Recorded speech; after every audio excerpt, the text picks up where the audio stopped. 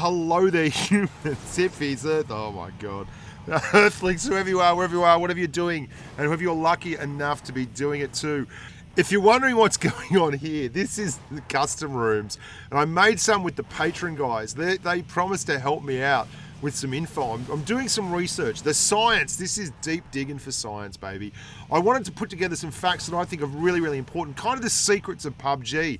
Things like how far away does a player stop rendering? How far away do footsteps... Oh my god, McGinn, just jumped the... Anyway, how far away do footsteps start popping on the minimap? All that kind of thing. Like, can you win a chicken dinner by exploding yourself with a grenade? There's some crazy stuff going on. And of course, we made the custom rooms, and then we just drove around in cars blowing each other up for a little while. But we did actually deep dive on this stuff. Now, it's not going to be a really long video, but there's going to be a lot of really important info here, guys. So pay attention. I'll break it down for you bit by bit. I'm also going to go over some things that I've covered off in other videos to a degree, but people wanted a bit more info on them. They wanted me to expound upon the theory. So I'll break it down right now. Let's start off by pointing out that the pan is ridiculous. I just always wanted to do this, just have someone stand there with a pan. It's great fun. Like, that's an enemy. He's got cool glasses on. This is the fastest, most insanely high shell velocity gun in the game, the Mini 14. No worries. The pan provides. The wrist doesn't even bend. Mate, he must do 150-pound squats using just his wrist. What a monster. But what I really wanted to talk about was, first off, and this is something that I have talked about in videos before, is using doorways and things to get up on roofs, but specifically in this case, using a car to get up on a roof. Now, there's a crate, and it's dropped just below us. Chappos, Snake, Swiss, they're all going for this crate. But I'm only the one who got a car. I'm going to ram it in, jump out, jump on the bonnet, and as you go to the roof and jump up, if you time it right, it will actually push you, and you tap the jump button, there, and it will pull you up on those low roofs. And that's something you can do all the time. Now, the key there, let's do that again, is the cars kind of push you off a little bit as you're standing on top of them. And if you go backwards and forwards up the windshield, you'll kind of bounce, and you keep tapping your jump button as you do that, and it will grasp onto the ridge and haul your ass up. Now, the key there is getting that button pressed. Exactly like when you are doing this. You side jump onto the railing, tap forward, then you just tap the button again, and it will just pull you up onto the door. And then you tap it again, and it'll pull you up onto the roof. That button tap is key. If you move around too much with the controls, you're just going to fall off again. I'm going to show you another thing here, and this is a great big... I was expecting to disprove this one, so watch on. This is very interesting. If you're in a final circle situation where there's just you and one other bloke, or you and 2 or 3 other guys, and you've got a grenade, you can see how easy it is to do this. Just tap the button. Watch this. I'm going to prime this grenade. I'm going to jump down at JC Ware and McGinn, my mates JC Ware and McGinn, and I'm going to explode myself just next to them. And because we're all in the same vicinity, I win the chicken dinner. I don't understand why that's the case. I don't understand exactly what's going on there, but it is something that we tested quite a few times, and it works every single freaking time. The concept that you can cook a grenade, explode yourself, and get rewarded for it is pretty novel to me. I can't think of many other games where that was the case, but it's a very simple concept. You get your gren, you pull the pin, you chuck it away, you hug your nearest and dearest enemy, and you just let it count on down. Cook, cook, cook, cook. Oh, she's a bit burnt, put it back in the oven. Winner, winner, chicken dinner. I don't understand it. You're standing still, they're not. You're up, they're dead. You win dinner, they don't. It even works with a gren that's on the ground. If you throw the gren, you win the chicken dinner. It's just bizarre, hey. We did some other stuff with grenades as well, namely the blast radius of grens. No, everyone go and stand on the gren. Stand on the gren. Watch me win another chicken dinner.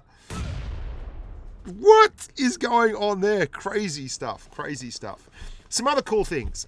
You run fast with a pan in your hand. You run fast with nothing in your hand. You run just as fast with a pistol in your hand as you do with absolutely nothing in your hand. So you should never run without anything in your hands. It's something that I just found out about today. Awesome. You slow down when you fire the pistol. That's pretty cool. Hey, you run slow with an AR in your hand. ARs, shotguns, things like that, you slow the hell down. So always when you're running, have your pistol out, because if someone pops on you or you have to hit something, awesome. Footsteps. Footsteps register on the map 20 meters away. Not 21, not 23, not 19, but 20. We did this really easily. Basically, you get two guys who are in a squad who are on the enemy team. Then they actually get the marker on top of the squad mate's head that tells them how far the squad mate's away. And we're able to use that to extrapolate the distances and how far away people are when things happen. And you can see JC where he's jumping up and down, not registered at 21, but at 20 registers perfectly. Likewise, flashbangs. When you're at 11 or 12 meters, you'll get the noise, but you won't get the flash. If you go up to 10 meters away, you get the noise and the flash. So the radius, and this is 10 meters doesn't mean anything, but see that distance there, you can get a feel for how far away someone has to be before they don't get flashed by a flashbang. And if you're at 10 meters and under, you're going to get flashed by the flashbang. Excellent. Good stuff to know. Hey, and at least now you know when footsteps appear on the map and disappear, you know the general distance they're going to be at. We found out some crazy things about cars. Some of the stuff to do with cars was pretty weird. And I'll show you that in just a second. That's kind of odd. But this one is particularly checking the render range. Now, we've all followed cars and people with our sights and then they suddenly vanish. And that's them hitting the distance, the render range distance, where the game stops rendering them on our device. And you see McGinn's car just vanishes there. And now it's going to magically reappear. And that magic number is 400 meters. We always thought it was 500 meters in game. It's actually 400 meters. People seem to render a little bit differently. That 398 to 401, 402, it kept popping in and out. And I think that could be a feature of the fact that McGinn was standing on top of the car there. This is the crazy one. So McGinn is driving this car at normal, like this isn't in slow motion or anything. He's just creeping the car up. I can audibly hear the car, but he is not popping on the minimap. And it seems that you do not pop on the minimap. A lot like when you sprint, you get very loud. Look at McGinn. He's not popping on the minimap as a vehicle.